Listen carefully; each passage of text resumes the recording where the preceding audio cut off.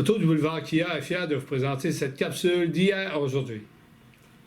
Bon visionnement. Voici d'hier à aujourd'hui, une capsule de Normand de Lessard. Normand nous présente des personnes ou des événements qui sont venus marquer notre passé en Beauce. Sur ce, bon visionnement. Allô tout le monde, ici Normand de Lessard et bienvenue à une autre capsule d'hier à aujourd'hui. Cette semaine, je reçois M. Fabien Roy. M. Roy est rendu à 90 ans, mais on connaît toute son histoire. Mais que fait-il aujourd'hui? C'est quoi ses passions aujourd'hui en 2018? On regarde ce que ça donne.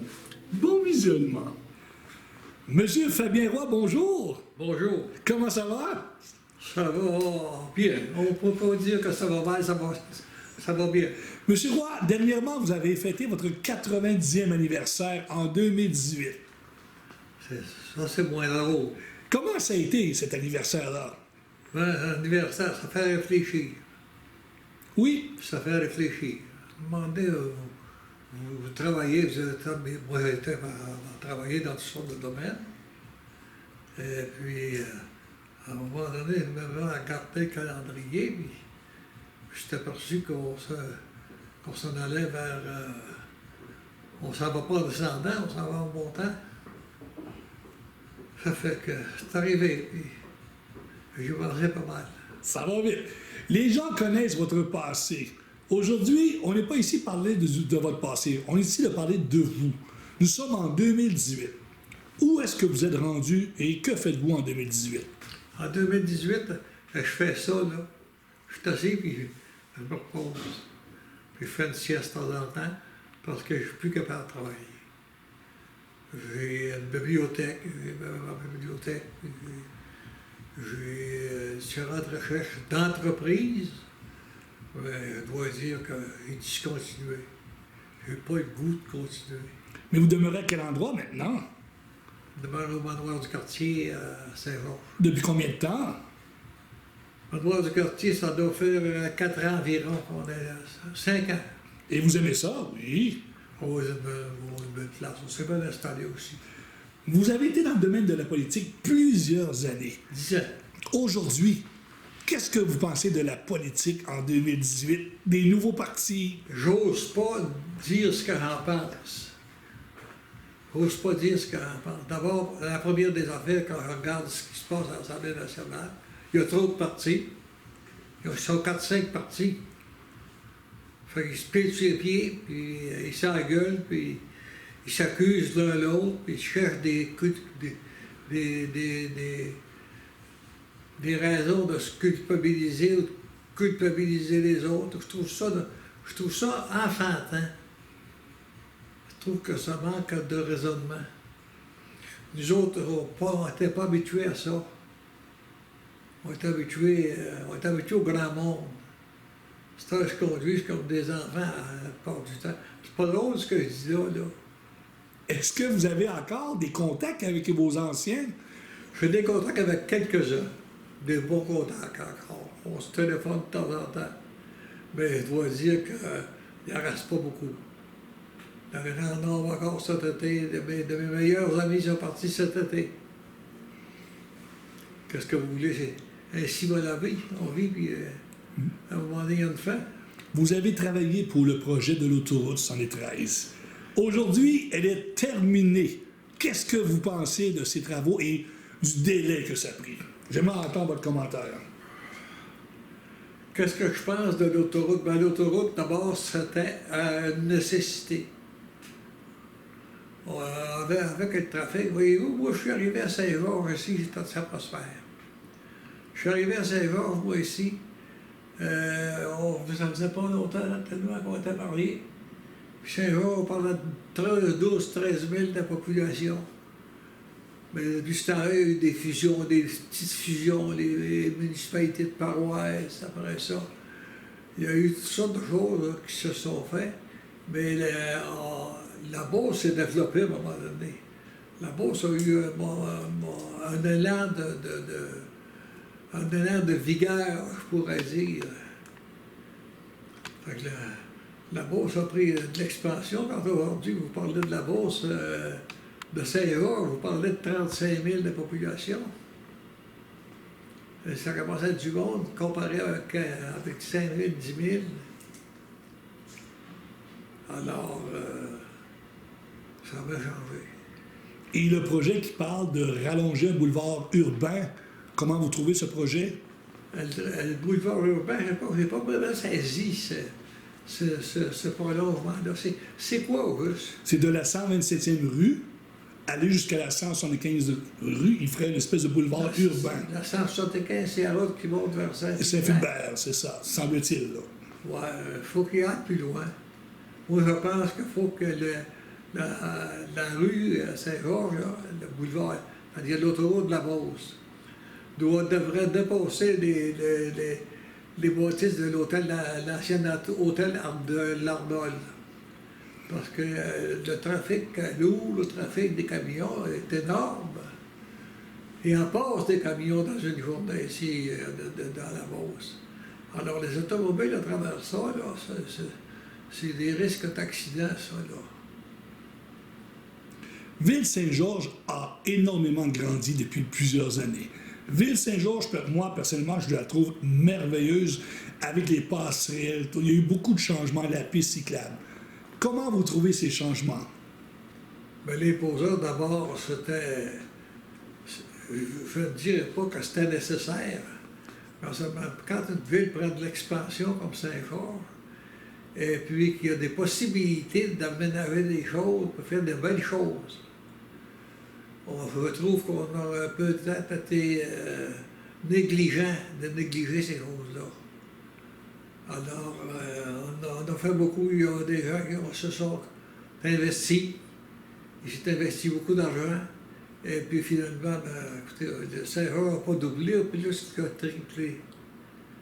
Alors, avec tous ces aménagements-là, puis les autres qui viennent, il y en a d'autres de commencer.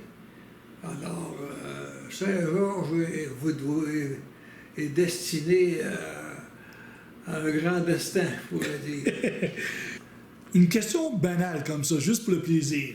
Si demain matin, on vous offrait le rôle de devenir maire de Ville-Saint-Georges, qu'est-ce que vous feriez? Oh, je n'accepterais pas. Ah, c'est bon! La première des choses, non. Je n'étais pas intéressé par la politique municipale, je n'étais pas intéressé d'aucune façon. D'abord, la politique municipale, c'est une politique qui touche tout le monde. J'appelle ça de la politique quotidienne. Tandis que quand vous êtes au provincial, bien, vous êtes sur les grands dossiers. Vous êtes au fédéral, bien, vous êtes sur les choses qui touchent l'ensemble de la population. Mais la politique municipale, ça m'a vraiment intéressé.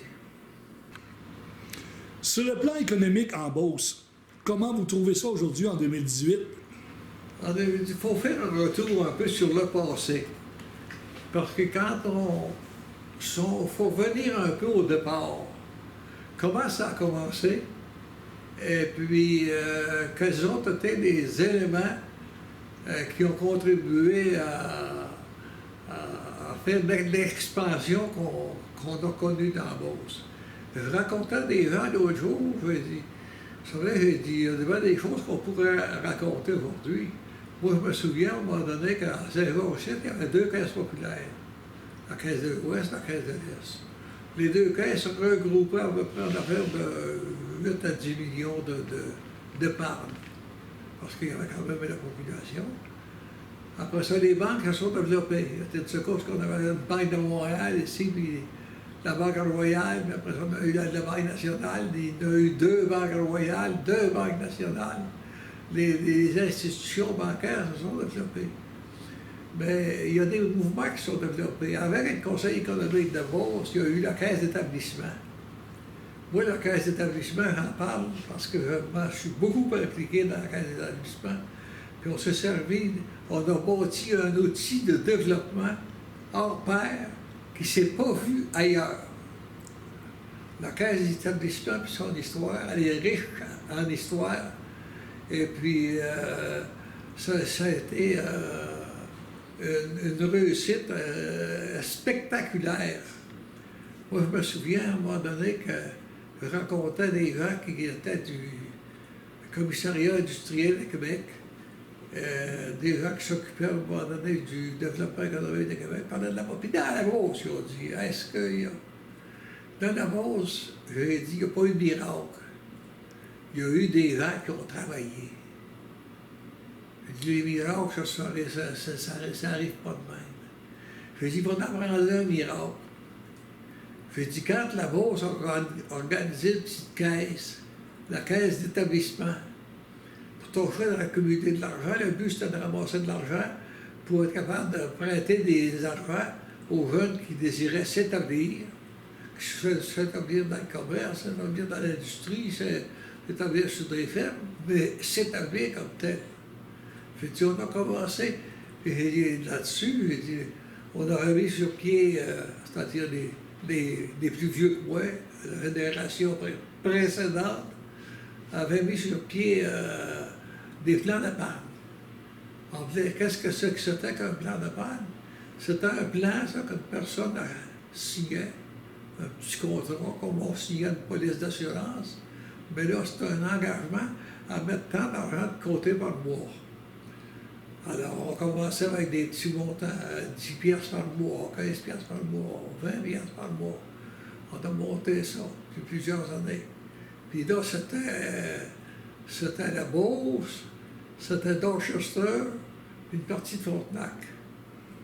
Deux comtés et demi. C'était un comté qui était regroupé le territoire d'une partie diocésaine, parce qu'il y avait eu l'UCC, l'Union catholique des cultivateurs, qui avait été à l'origine de la mise sur pied sur ces mouvements-là, qu'ils ont créé des cercles d'études et tout ça. La caisse d'établissement, on a commencé par récupérer les économies des gens, des volontaires, qui souscrivaient à un plan d'épargne. Moi, je me rappelle que les premières semaines, là, quand on a commencé la caisse d'établissement, on remboursait des fois 200, 300 piastres par semaine. Puis là, on a engagé une équipe de personnes. Nous les avons entraînés. Ils ont suivi des cours d'économie. Et puis, on a développé pour monter à 5 000 piastres par semaine.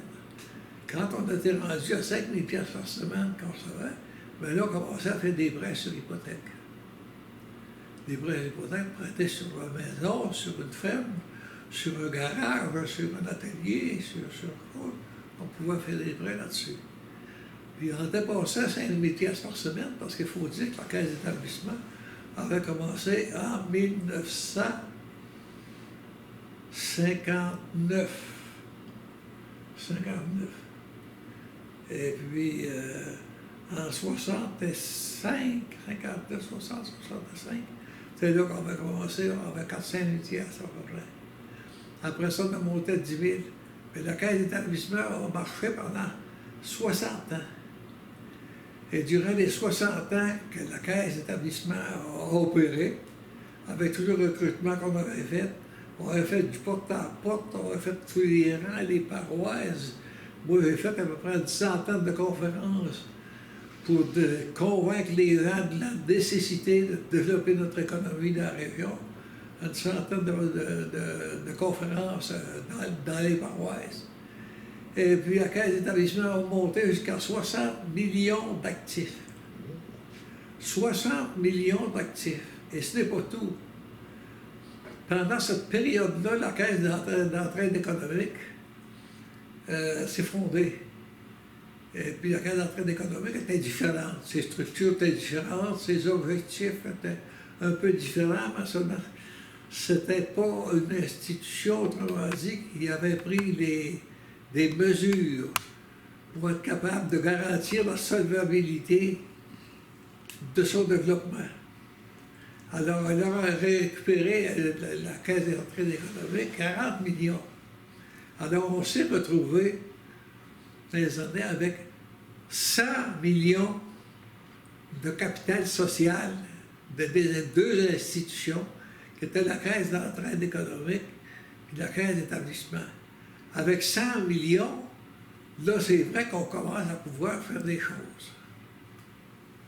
Alors, moi, je me souviens d'avoir rencontré des gens du ministère de l'Industrie et du Commerce à Québec, et je leur avais raconté ça. Je leur disais, savez-vous comment on a réussi à faire la caisse d'établissement? Ben, on est au courant un peu de ce qui se passe, mais on ne connaît pas trop. J'ai pris le temps de leur expliquer quels étaient les buts d'abord, des objectifs ensuite qu'on avait décidé d'atteindre, et puis des réalisations. Et c'est la caisse d'établissement qui a contribué à faire le boom économique qu'on a connu dans la Beauce. Parce que 100 millions de capitaux, ce que c'était local, c'était pas l'argent de la Ville de Québec, et de la Ville de Sherbrooke, puis de la Ville de Montmagny. C'était dans la Beauce. Et les 40 millions étaient dans 2 institutions qu'on appelait la Caisse d'entraide économique de Saint-Jean, 40 millions, et la Caisse d'établissement qui avait 60 millions. Ça fait 100 millions. Avec 100 millions, ben là, les prêts, avec l'équipe de personnes qui ont travaillé au recrutement de ces argents-là, et puis les besoins des gens, les besoins de la population, ben, ça a contribué à faire à un moment donné un développement économique avec un pourcentage qui a dépassé nos espérances à l'époque. Et puis, ben, on a fini par nous appeler, je ne sais pas si vous vous souvenez, mais il parlait qu'on était rendu comme les Japonais du Québec. OK. On nous avait comparé un peu avec le Japon, qui faisait des prodiges économiques. Alors, j'ai fait des prodiges économiques à Saint-Georges, dans Saint-Georges, parce que Saint-Georges, c'était pas Saint-Georges, parce que Saint-Georges était la capitale d'une région. Beauce, Dorchester, puis une partie de Frontenac, c'était la capitale. Alors, dans la capitale, on me souviens aussi qu'à un moment donné, que le ministère de l'Industrie et du Commerce avait décidé d'organiser des prêts sur hypothèque pour financer des usines, financer des prêts à différentes industries. Puis là, vous avez vu des industries qui comptaient 3-4 employés à un moment donné. Puis avec le Conseil économique de Beauce, ben, ils sont montés à 50 employés.